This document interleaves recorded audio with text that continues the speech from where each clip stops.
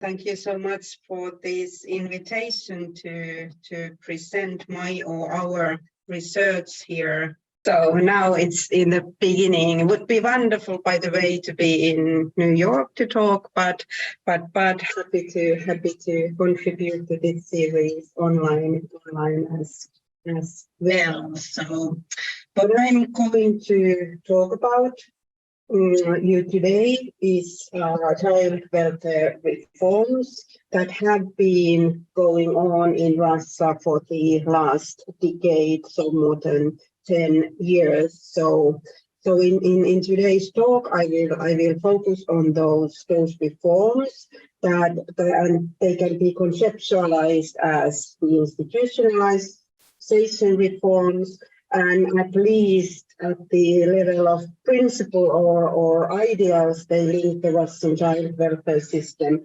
closely to child rights-based child welfare systems. And in my talk today, I try to argue that the kind of policy shift or ideational shift is actually real at the policy and program level. So this new kind of the child rights-based child welfare policy actually traveled to Russia, was somehow domesticated in the Western context, but in the end, however, the implementation or the execution of this new policy remains quite sporadic and fragmented. And I try to discuss different factors that kind of impact the fragmentation, and one of them is the authoritarian political regime. Also other factors that I'm going to discuss, and then I kind of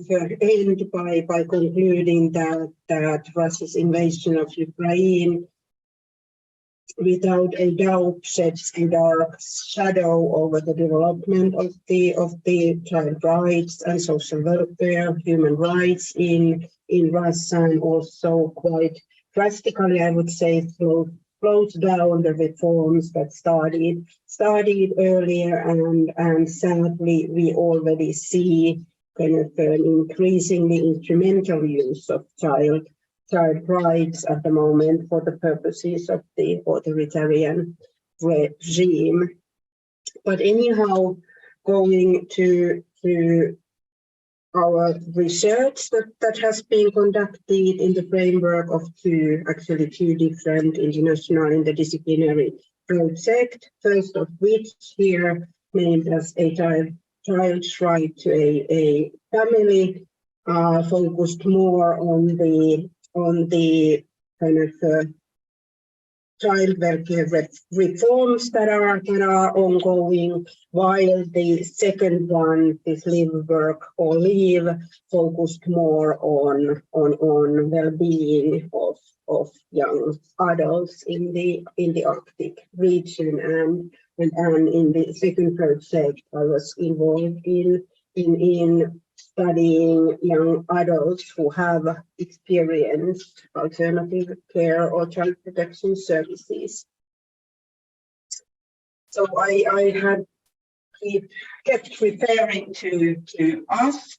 So I said earlier that these both projects were international and interdisciplinary, and we had lots of international collaborators, but kind of the key team consisted of scholars in the Finnish universities and a few Russian universities. So in addition to myself, the key role has been played by Zhanna Chernova, Larissa Shpakovskaya, Maja Jäppinen, Anna Tarasenko, Anna Famina, Anna Pivovarova, and Svetlana Viryukova, just shortly to mention my colleagues. And in our research, we've been engaged in kind of the multi-level co-creating research strategy that has meant different levels of analysis and different types of data set and kind of accumulating with those different data sets. So we could first kind of started with the policy analysis and expert interviews to understand the policy shift, if it happened and how it or what kind of a shift happened in Russian child welfare policy. Then we wanted to understand the implementation of these new principles or new ideals. So we kind of went to see that how institutions then changed after this policy shift, and we relied on individual and group interviews, participant observation, and also regional level policy documents. And then we also wanted to understand that what kind of consequences the reform kind of happened for different groups of people.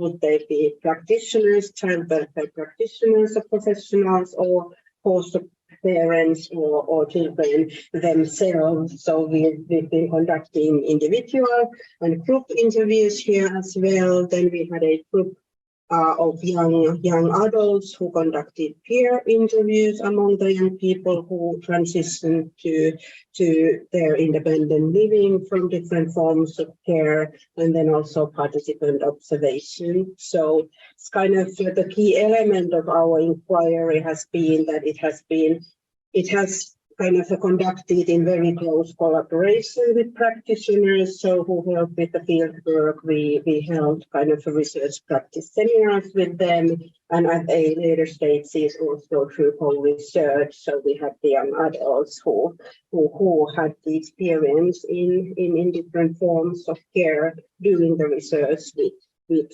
us.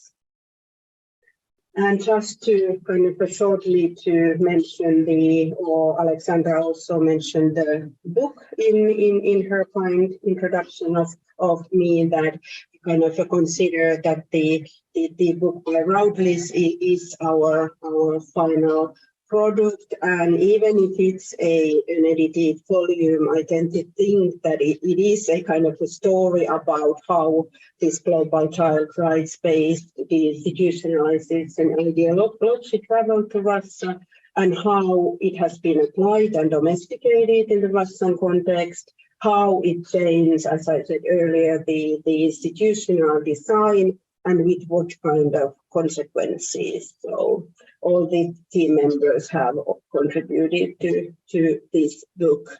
I also wanted to list some other publications that we have published in several journals, not to go into detail to those, but perhaps to show that if you look at the oldest ones, it's more on the policy change and how it happened and role of NGOs in it, and then steadily moving to more recent ones that focus on, for instance, children themselves and so on. So it's been kind of our strategy has been to follow kind of continue to deeper into the issue. And just shortly about the kind of a wider scholarly frameworks that I tend to think that are somehow shared in common in most of the investigation that we have been doing, and in the publication is kind of seeing this deinstitutionalization as global social policy. We've been also looking at the system orientations, that how this kind of Russian welfare system is seen in more kind of a global context of child welfare systems. Then in the book that I show, we relied on institutionalist framework kind of focusing on formal and informal institutions, and what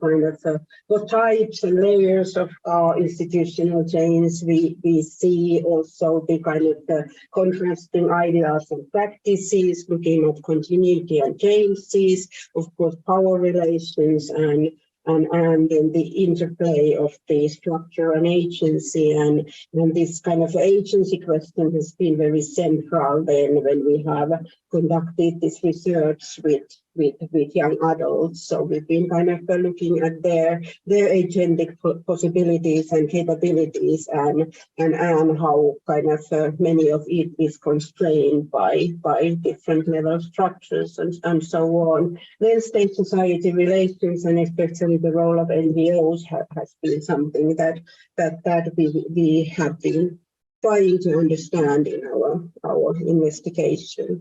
But that was basically more about, or what I wanted to say about the projects and how we have conducted the research. So then moving to kind of to the topic and to talk about child protection in the Russian context. So in international comparison, one can say that Russia ranks among the first in the world with its number of children deprived of parental care, consisting of almost 2.5 of the total child population. That is considered quite high.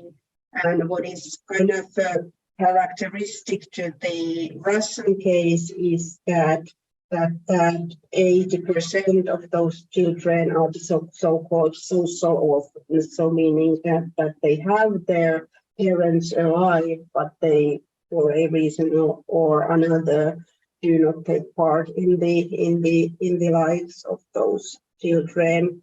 And Russian system has been very much criticized about its inability to support families at risk, and that is something that relates to or connects with the social orphans as well, that it seems that there traditionally has not been much done to work at the families, but the children have been quite quickly or almost easily taken out from their families to the state care system. And in connection to that the orientation of the system has been to long-term out-of-home care. So it has been kind of almost permanent solution that family reunions are quite rare cases. And as I think all of us know, the image of the large and segregated residential institution that has been very characteristic, especially to the old system. If we look at the situation in some figures, I'm not going to kind of go into any details on this, but if you look at the number of children that are deprived of parental care, there is not too big change actually in last 20 years concerning the number. So it's been, even if the reform has been going on already for 10 years, we don't see that much effect on the number of children in care. Anyhow, the kind of criticism and the shortcomings or setbacks that we see in the system date back to the old Soviet system, as I mentioned already. So it was kind of based on the principle of collective care. So it was seen, as in many other spheres of life, that it would be kind of a state professional and institutional care that children would or were seen to grow up in a appropriate environment, especially in the case of kind of bad parents.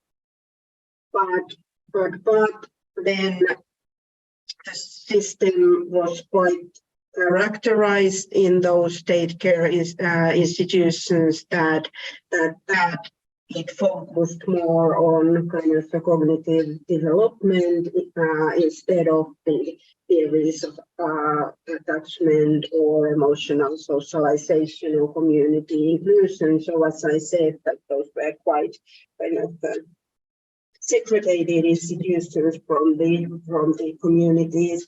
I already mentioned that the institutions were large and segregated, and they were usually kind of divided into different groups of children, so based on disability or some health issues or age groups or something like that. So one could kind of describe that it was kind of a corridor-style living with very little engagement with local communities and unfortunately with quite little stimulation to play. And I also mentioned that it used to be long-term care with little return to birth families.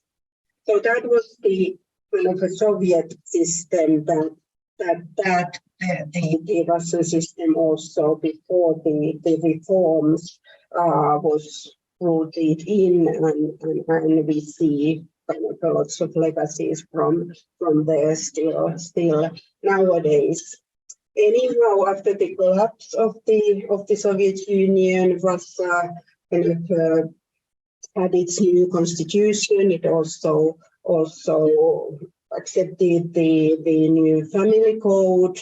It also ratified UN Convention on the Rights of the Child a little bit later, also UN Convention of the Rights of the Disabled People, and so on. So basically already in the 90s, some kind of a basic elements of the child rights-based kind of child protection system was there, but basically one could say that it was kind of a very sporadic experiments in some region to promote family-like alternatives to these large institutions, but only here and there, and one cannot speak about any systematic reform before 2010, 11, 2011, 2012, even if some of the policies were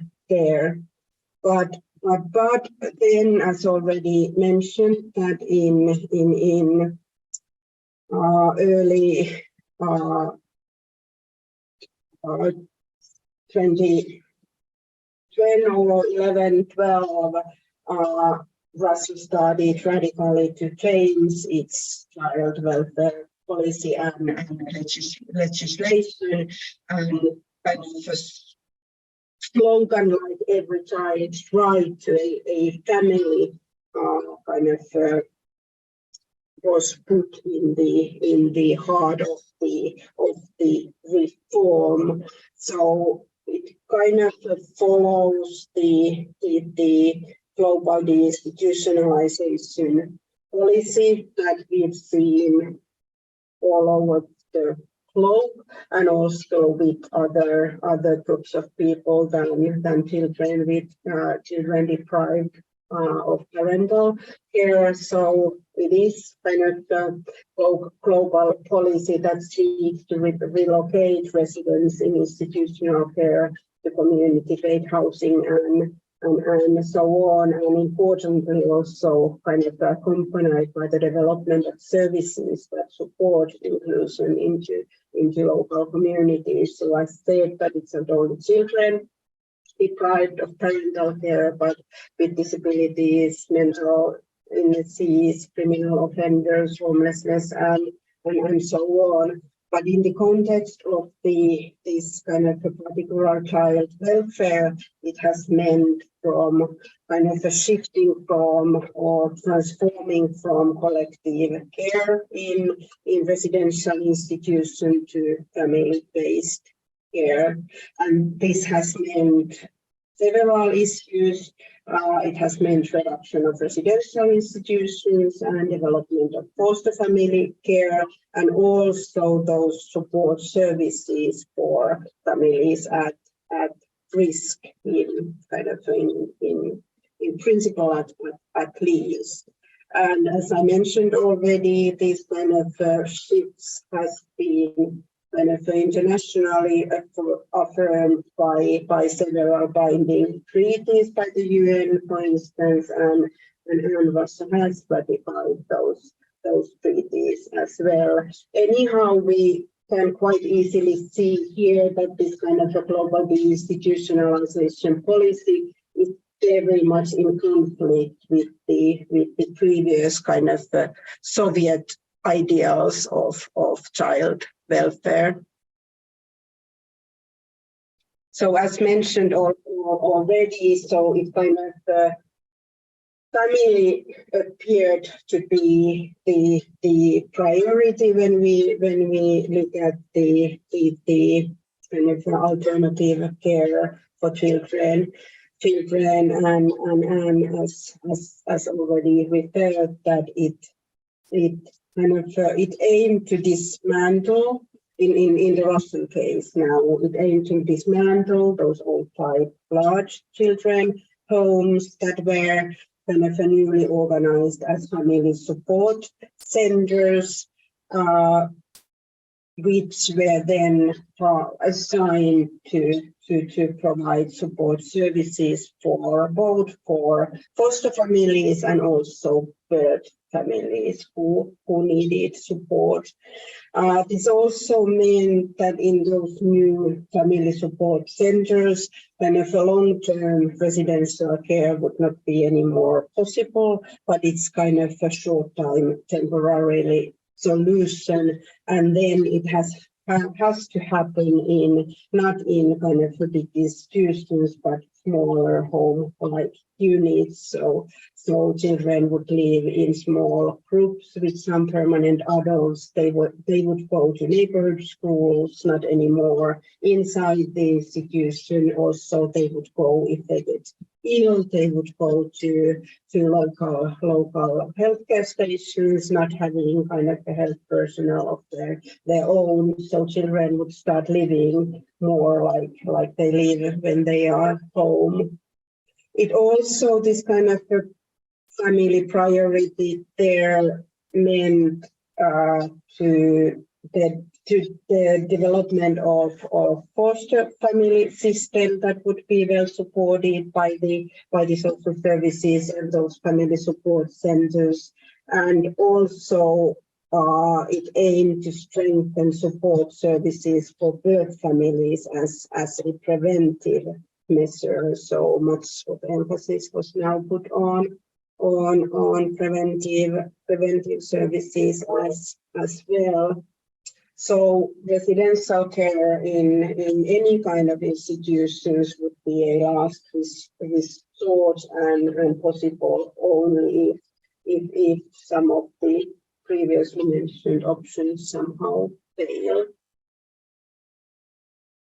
So basically, if we look at the situation in terms of those kind of new policies, we've been arguing that this kind of ideational change really happened and the policies changed much. So then we kind of wanted to understand that did institutions then change.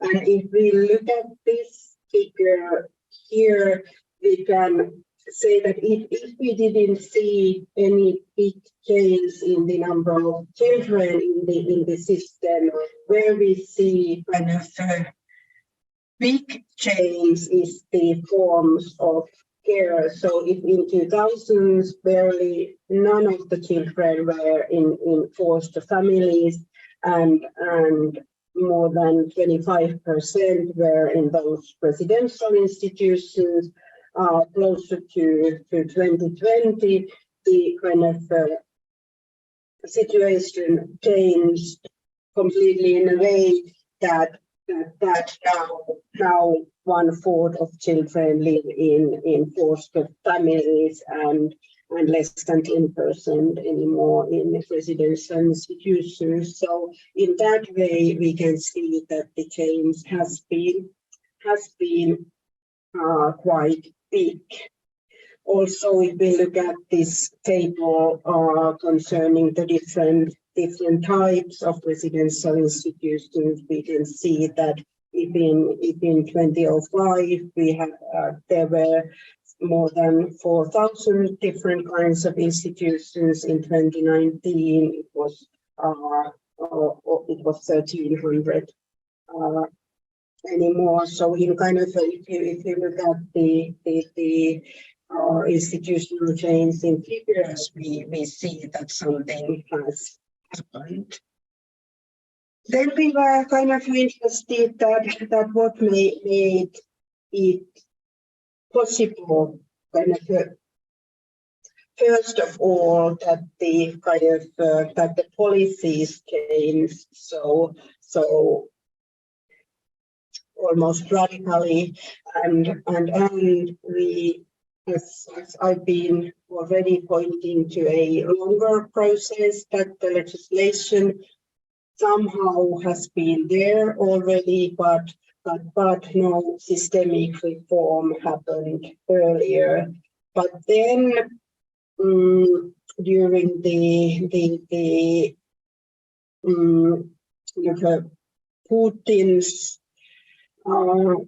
policies, due to the severe demographic crisis, then or the decline in the population, Putin policies and governments have been put much attention on families and family policies first in terms of trying to get the birth rate going up, but it kind of then enlarged to cover the child protection system as well.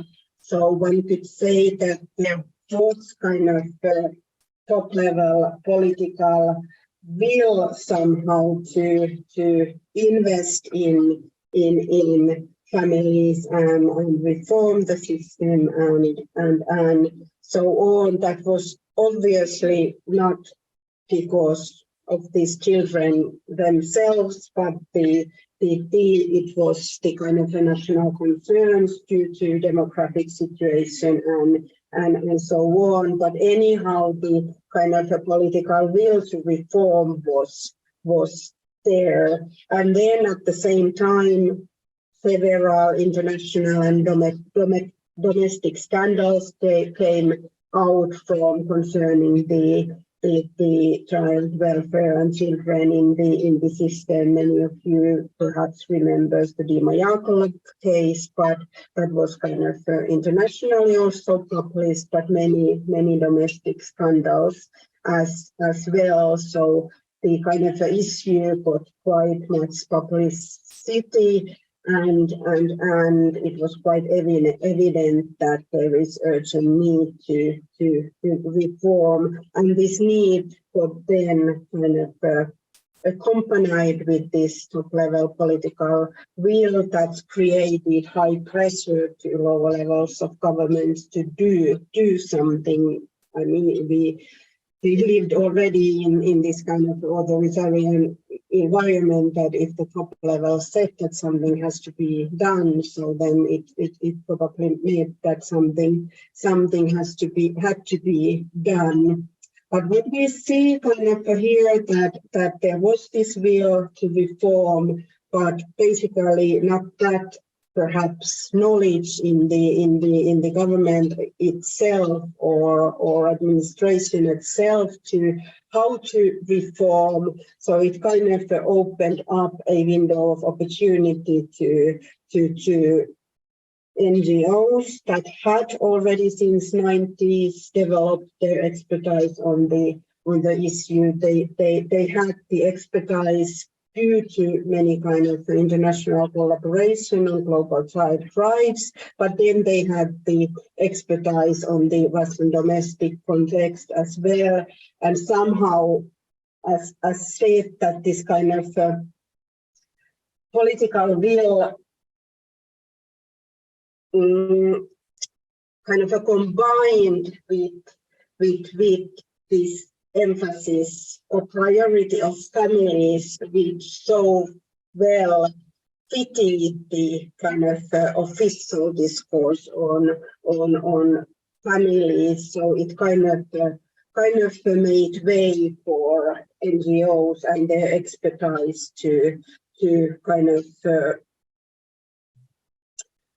formulate the new goals and so on. So, and at the same time, we also saw new legislation, authoritarian with NGOs and so on. So it was, of course, the space was very restricted, but they somehow, these NGOs, they managed to navigate within the system, and they indeed had a crucial role in formulating new policies and new goals and so on. So it kind of ended up in a what we have called successful domestication process, because this kind of a family care was at that time kind of a perfect fit. So I've done some comparative research with Sophia on the Kazakhstan case that kind of started in a very similar way, but they relied on very different kind of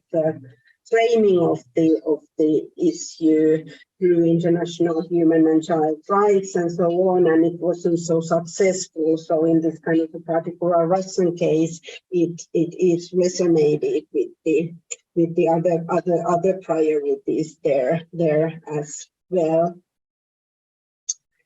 So to a certain extent, we can say that the kind of a policy shift, ideational shift happened, but did it then, and then that it led to certain extent to institutional change, at least that the big institutions or large residential institutions were kind of many of them closed down and kind of children went more and more perhaps kind of not to their birth families or stayed their birth families, but they went to foster families and so on. But anyhow, all this has happened with many unintended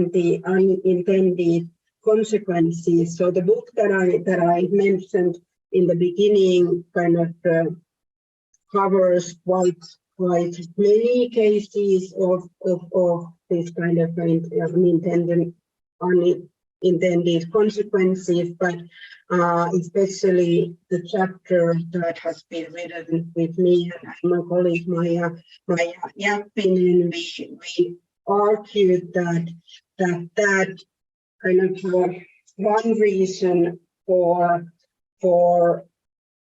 these kind of unintended consequences is that the kind of reforms aimed, of course, at qualitative change in care, but all the kind of how it was monitored was based on different kinds of quantitative measuring. So there are frequently used numeric indicators that kind of are referred when looking at the outcomes of the reform, and we identified at least 3 of those that it was kind of very much paid attention that there would be a decrease in the overall number of children that are under the the state care system, also an increase in the number of children placed in foster families, and a decrease in the number of residential care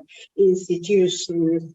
And then we kind of try to go these different indicators more closely through and argue that it has, as an unintended consequence, this has led to a case of kind of statusless children, that there is vast number of children who live in residential care institutions temporarily. So it's kind of it shows that we do something in prevention, because we do not kind of take out the children kind of permanently out of their families, so it doesn't kind of see it doesn't show in the number, the overall number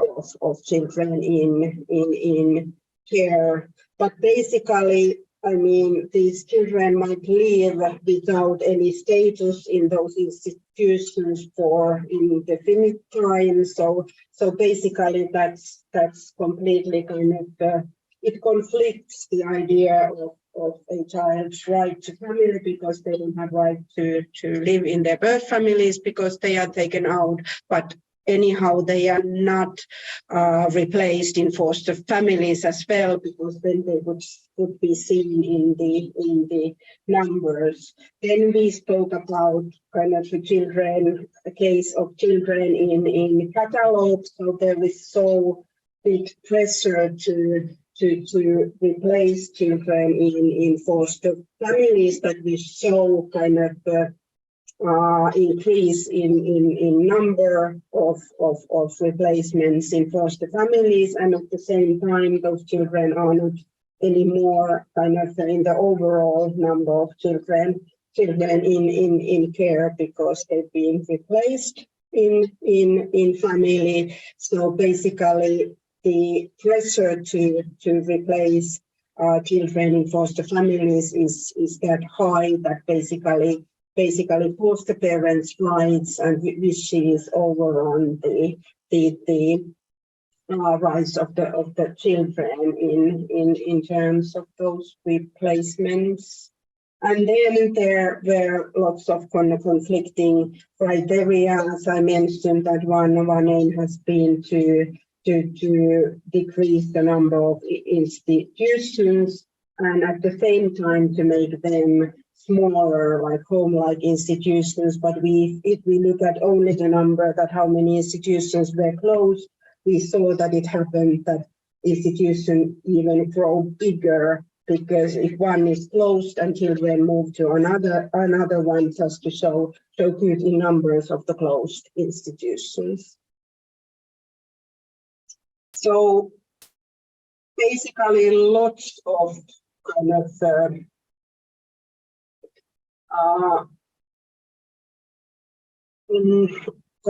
that we see, of course, progress in certain places, but with kind of lots of shortcomings still, and we've been arguing that the deinstitutionalization reform has been very fragmented. It has, I already referred that kind of one of the aim was to develop also preventive measures and prevent the situations that the children were taken out of their families. But now we can see that not much has happened in that sense, but in kind of still, the reforming has focused on reforming the alternative care. So some effort has been done concerning the children homes and residential institutions and renovating the existing institutions and also kind of supporting foster families, but it has been clearly kind of focused on that side of the story instead of the preventive services or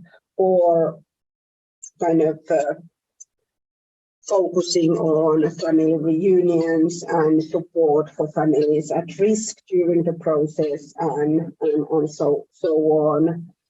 One could say that child-focused approaches remain very underdeveloped and kind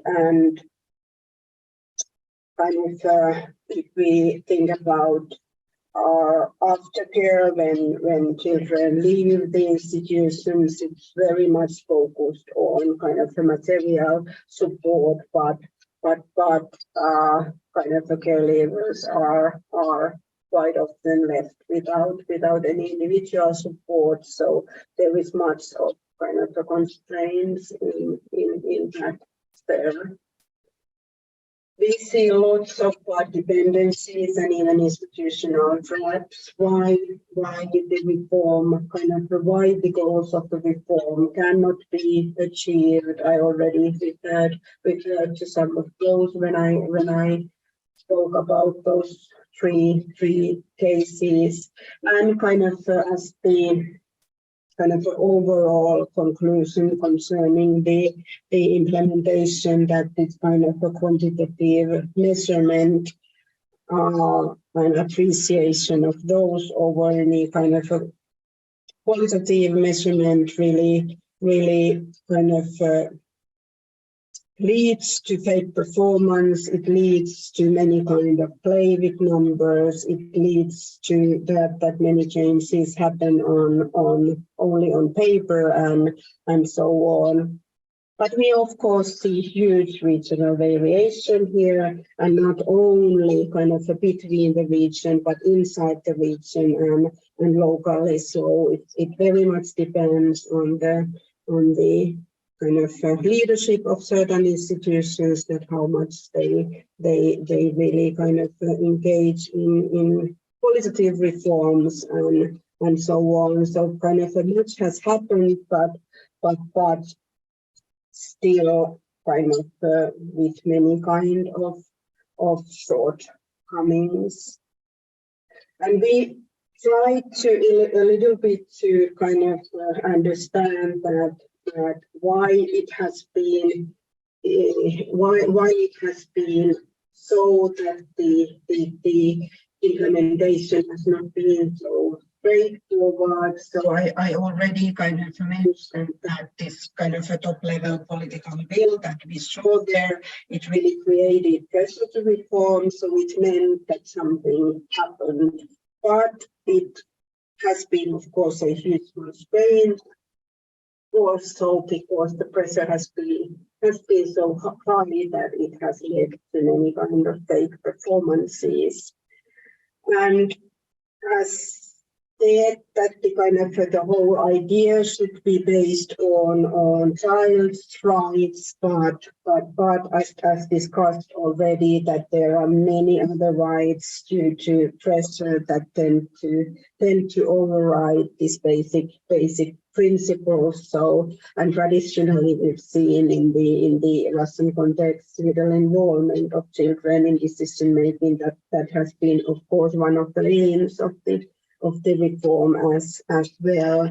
Then kind of a more cultural understanding of kinship-based care is quite predominant. So also foster parents tend to think that fostering as more like an adoption-like way of family making. So this kind of understanding leads to more kind of permanency in the system than seeing these replacements as temporal solution. And one aspect that we've been trying to somehow to look at is low level of societal trust everywhere in the system. So the parents wouldn't trust the system wouldn't trust the parents, and so on. So it's kind of everywhere there. Then I'm kind of coming to the end of my talk, that kind of earlier, after this kind of pointing to many shortcomings, I again wanted to end with a positive note, that if the NGOs earlier had kind of such a huge role in developing the new principles and new ideas and innovations and so on. So we see also in those spheres of the system that seem to be quite under development, we see kind of a promising new driven baby steps, kind of that one could somehow think that some progress might come in the future years. But now at the moment, we've been kind of forced to conclude that this was an invasion of Ukraine in February this year, with ever tightening control of domestic sphere, really sheds a dark shadow over the future development of human rights and social justice in Russia. So NGO sector, which had the role there, is under constant pressure. Also, Russia is taking distance from the international human rights and child rights. So most kind of sadly, as always during the crisis, it is most vulnerable groups here, children who pay the highest price that we, because of the war, we probably see kind of increase in number of children deprived of parental care, both in Ukraine, of course, because of the war, but Russia as well, due to economic situation. We saw it in the 90s and so on. So kind of economy much affects on the situation. And what is kind of one of the saddest kind of things in the picture, that we see already kind of the strong evidence about instrumental use of child rights during the war. So there has been talk about saving the children in Donbass and so on. And finally, the economic sanctions, of course. I mean, reforming the system would require finances, and at the moment, I think that we would not see any investments in the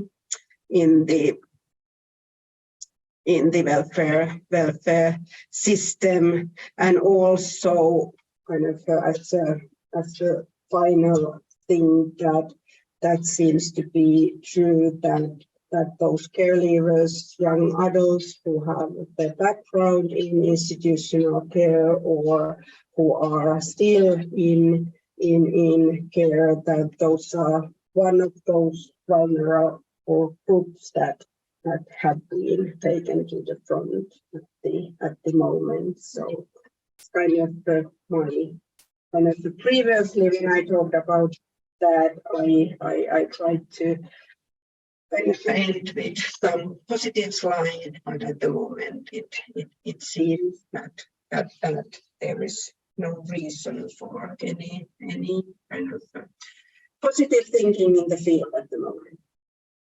But basically that was it, what I wanted to share today with you. Thank you so much, Meri. Valerie Sperling, I'm going to ask you to unmute. Thank you for such an interesting talk on the subject we really haven't heard talked about much before. You know, I was wondering, I have actually two questions. One of them might be a little bit out of bounds, but the other one I think maybe is a reasonable question, and that is, in a lot of countries, right, there are differences in adoption and fostering on gender, like the gender of the children. And I'm wondering, do you see anything like that? Like, is there a preference for fostering and adopting girls the way that there is in a lot of other places? And I was also wondering, to the extent that there seems to be a Soviet inheritance in the way that the that the children deprived of parental care system is organized. Are any of the other post-Soviet countries having the same kinds of legacy problems, or have some of them really taken on a different way of doing, or sort of have any of them really kind of moved fully away from the residential system and are doing a lot more adoption and fostering? Thank you. Thanks, Valerie, and so nice that you came to this event. So lovely to hear your voice and and to see you. Yeah, so wonderful. Yeah, about the adoption or fostering question, I said earlier that many kind of foster parents and Russian parents tend to take it as kind of adoption line, and they kind of basically perhaps would like to adopt, but there are so many kind of benefits that come with fostering that when we live in the context that fostering is considered as a permanent solution, so they would go for that to get an apartment, for instance, for the child, and so on. But you asked about the gender. What I can say easily that healthy children that kind of ethnically look Russian or kind of the most easiest one to find their way in foster families. I think that I've seen somewhere that perhaps girls would go a bit easier than boys, but I haven't seen kind of any or heard about kind of a big difference in there, but big difference is in health conditions. So if there are disabled children or if there are some children from different ethnic or kind of diverse ethnic backgrounds, that they wouldn't, because there is still kind of this, I mean, it might be kind of a hidden issue still that people might kind of tend to show to others that these are our biological children, and kind of lots of that kind of thinking still there. Then you ask about the other Soviet states or the Soviet republics. What I know is that the kind of a similar reforms have been initiated in most of those countries, but I haven't so far seen very successful cases in there. What I know a little bit more about is this Kazakhstan-Russia comparison that we did, and actually kind of the reform has been kind of put kind of better further in the Russian case than in the Kazakhstan case, but I don't know. But basically, yeah, I've written on the reforms in other countries, but they kind of sound in many ways similar. So I tend to believe that the legacy is quite heavy, and there are so many. I also mentioned the kind of institutional traps, and that kind of almost make possible to proceed with some of the cases. Okay, we have a question from Janet Johnson. Janet, I'm going to ask you to unmute. Hey, Meri. Hey, lovely to see you. We have to stop meeting like this, But it's good. So maybe I have two questions like Valerie. The first one is, and maybe I missed it, but I see the practical benefits of the foster care shifting. That graph is just really remarkable, right? Institutional care, as we well know, is just absolutely terrible. Mm-hmm. So it's great that they're, moving away from that. But what I'm wondering is, I was thinking about Andrew Chandler's work on it just seems so paternalistic, right? Like it's not about empowering children, or you mentioned this, or or helping parents parent. So it just seems like a particular authoritarian, sexist, approach to the problem, even though it's practically a little bit better. So I just wondered if you had thoughts about that. And the second thing I just kind of want to point out, or ask, or I don't know. At least in the US press, there is, growing evidence that there are children who are being separated from their parents in Ukraine, either intentionally or sort of by accident, as if anything's an accident in the war, and that they are being trafficked into Russia and through the foster care system. And with everything, we have so little information, but I'm curious about whether you have seen any of that, or whether you have any, concrete evidence or any anecdotal evidence about that and what's happening with the children that are disappearing from Ukraine. Thanks, Janet, for those excellent questions. And I fully agree with you that this kind of top-down led change that we see happening there is, of course, it is paternalist. It's very much beneficial for the system. Of course, it's kind of residential care is always more expensive, and if they are set the goal that we want to see kind of more children in foster families, so then they kind of achieve the goal and things like that. But on the other hand, what I also want to mention that at the latest stages of our research, when we engaged in co-research with those young adults, that what we have written two pieces, in one of which we analyze the future orientation of these young adults that have been in different forms of care, and then we analyze the educational choices. And what we concluded in those both two pieces that kind of those young adults who had a significant adult in their lives, they kind of had much stronger kind of trust that they could have some kind of impact over their own lives and so on. And those people, it might be so as well that we had a young adult who had background in children's homes, but there was still someone who supported and who heard and listened and so on.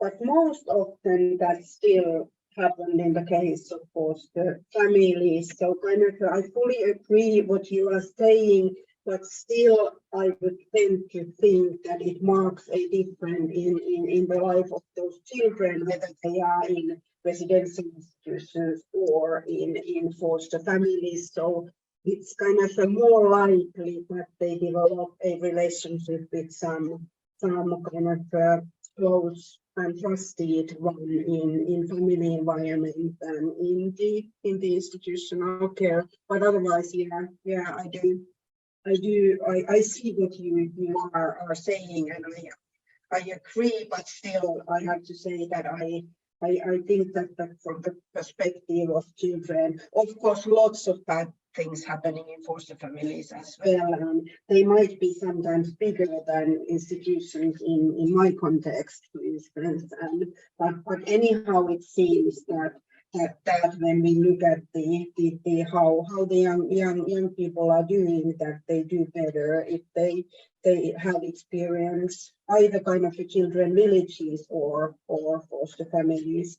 And then you asked about the kind of displaced from Ukraine children. That is one of the things that kind of I refer to this is the instrumental use of child rights that are saving the Donbas children, for instance. So I've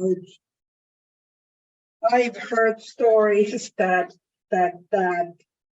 people are just, I mean, children are just taken from their families in Ukraine and replaced in foster families in Russia in the name of kind of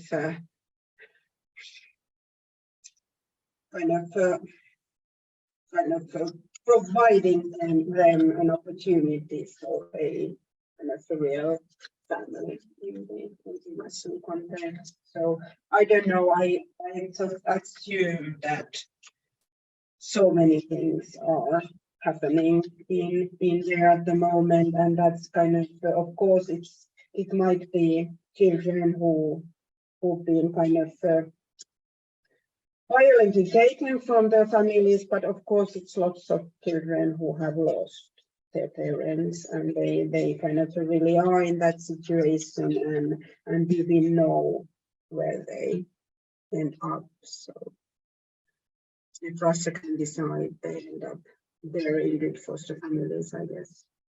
I had a question sort of building on Janet's question, also having to do with the context now after the sort of the war.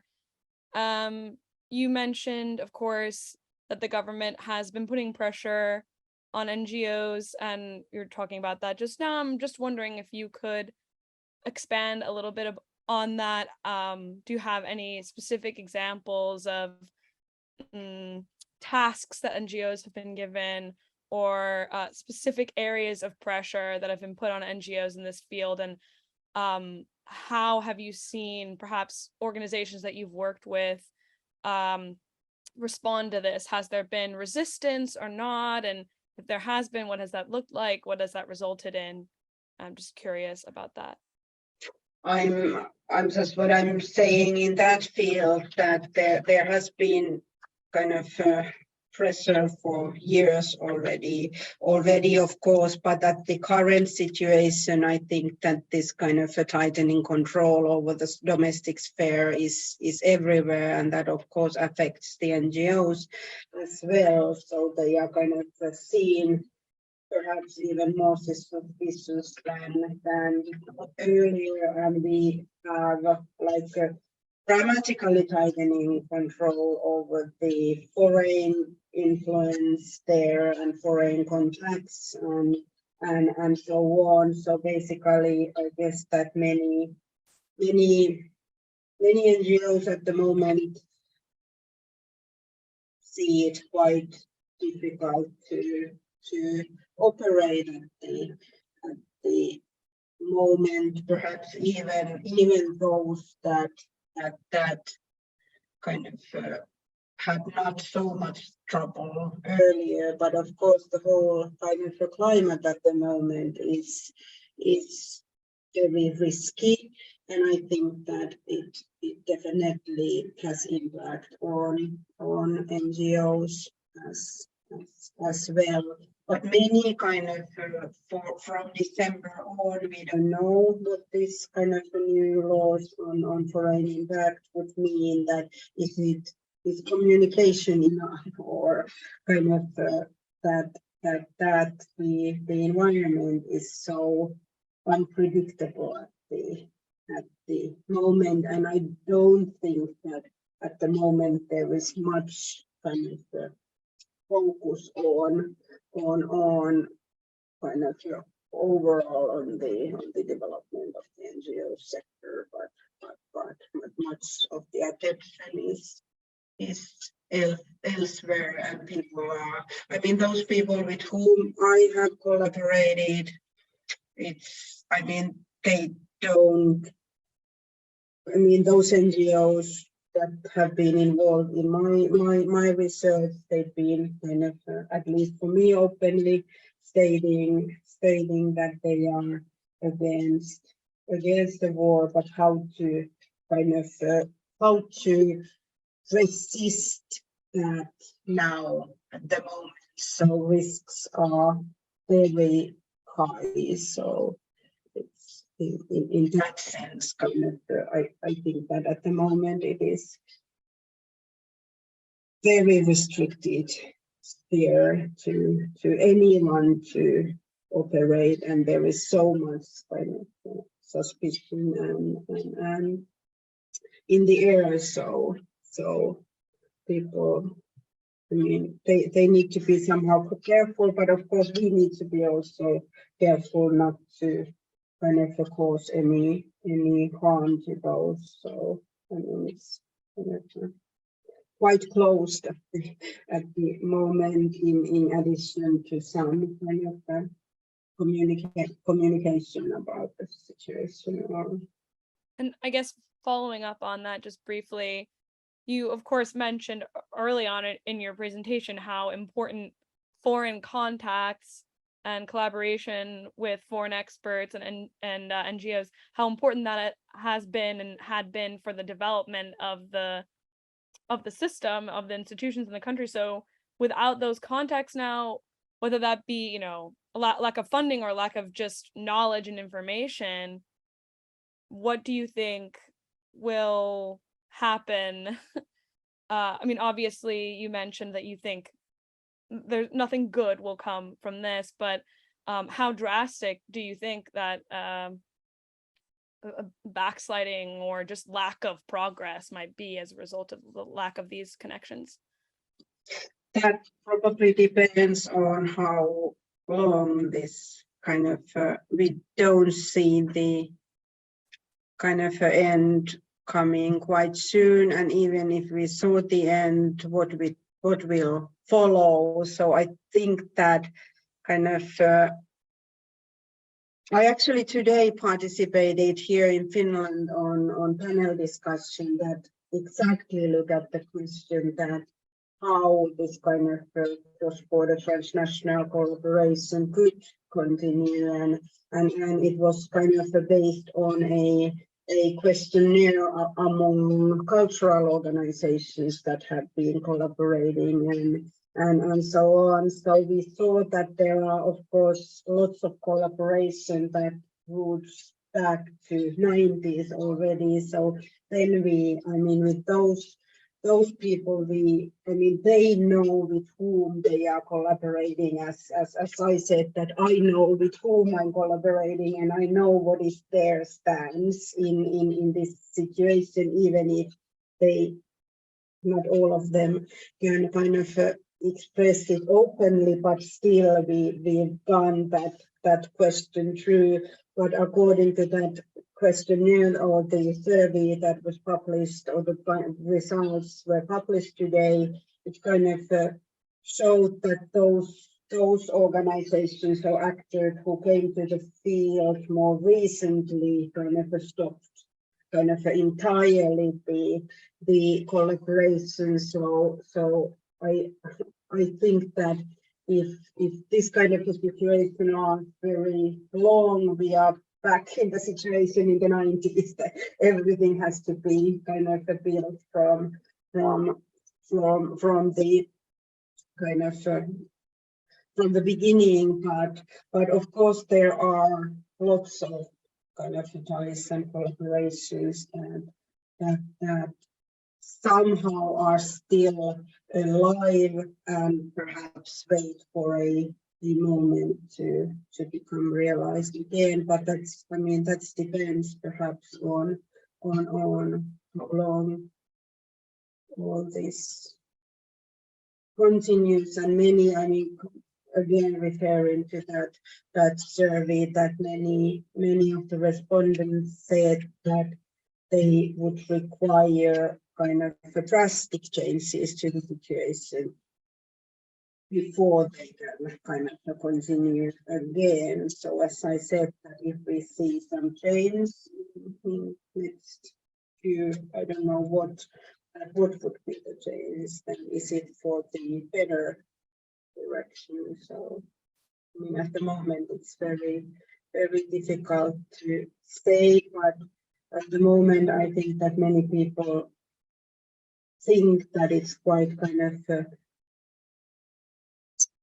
impossible to kind of collaborate at the moment, but they try to kind of keep some kind of channel of communication open in case that they know well that the people whom they are collaborating share the values that they do themselves. But of course it's very, very difficult. In a sense, I find it as a very difficult question, because if I look those NGOs who have been involved in kind of reforming the system in Russia and who might be collaborating, I think that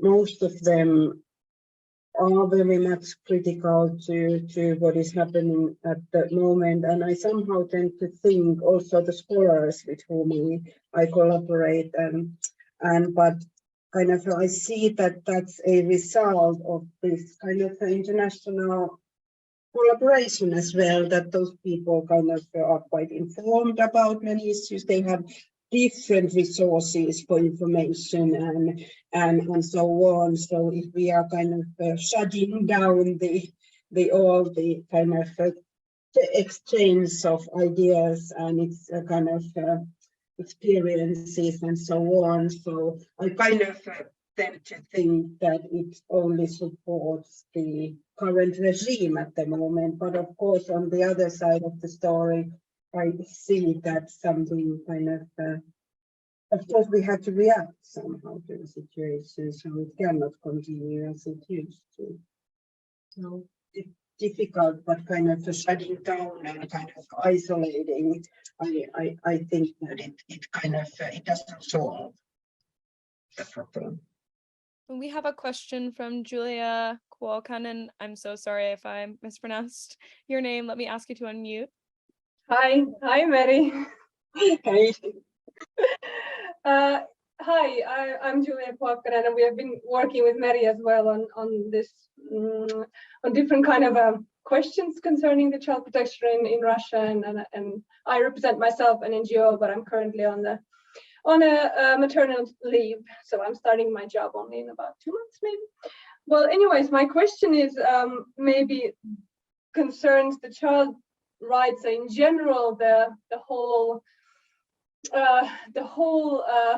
spectrum of the child rights in Russia in general, because when we talk about the 90s, the whole conception was implemented in the law, in the family law then. And at least I hear now that the question is raised that do they even want to have this kind of conception in their family law anymore at all? That do they want to, for example, turn away from the whole child rights concept in general? Because what has been the biggest problem, as I understood there, was that they're still arguing about whether the child is more important as itself, the child as an individual, the child as a part of the family, or is it a family itself that is important? And when they are talking about the traditional family rights, they are raising the family as the most important thing, and the child comes like along with them. So my question is that, do you, Meri, see that it might be even going to that direction, that they would decide to fully basically neglect the whole child rights aspect and start developing something on their own, of their own? That was my question.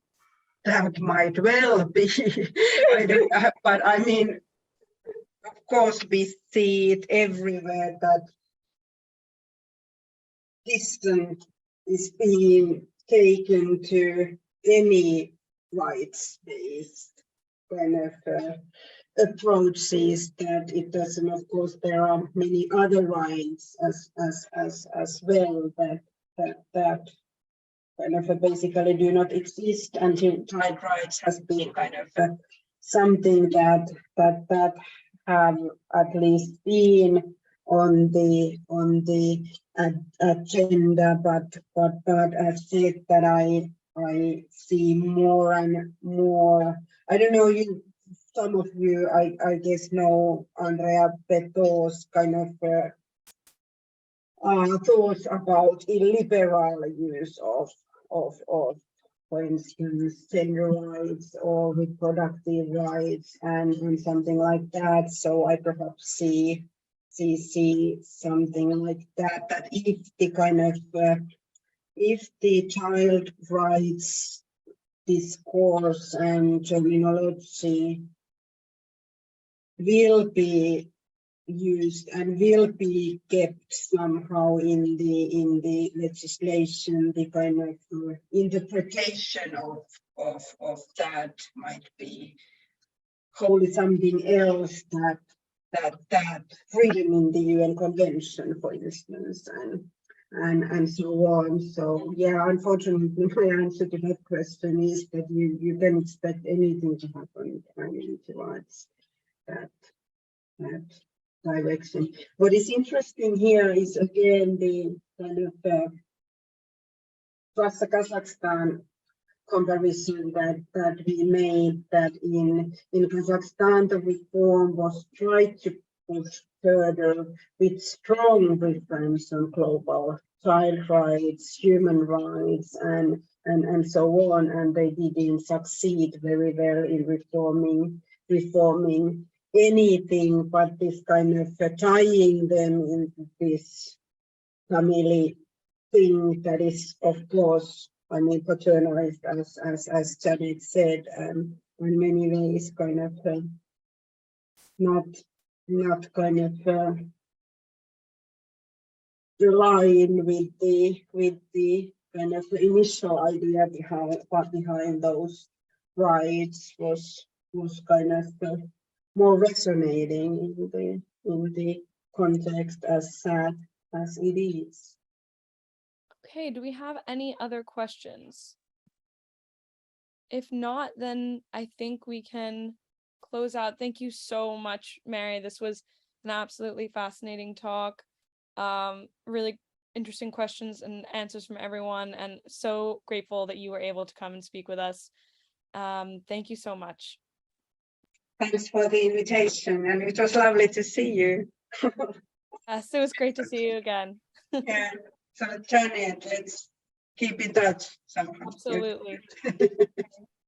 Yeah, and Alexandra, thanks for the invitation.